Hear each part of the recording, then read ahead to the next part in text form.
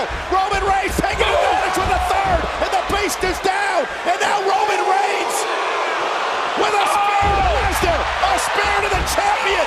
Brock is stunned. Brock's in trouble. Reigns with another spear. Roman Reigns looking for the trifecta. One more and this one could be over. Lesnar can't get back to his feet. He finally does. And Roman Reigns with a third spear. Oh no, but Lesnar's got the guillotine. Lesnar's got the guillotine. He's got it. Get on Reigns. What's Roman gonna do? Brock Lesnar from out of nowhere locking it in on Roman. Is Reigns gonna tap?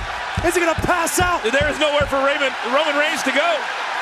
After 3 Superman punches, 3 spears, and Strowman looking on, Lesnar was able to lock the guillotine in on Reigns. But can Roman overpower Lesnar? Roman Reigns back to his feet.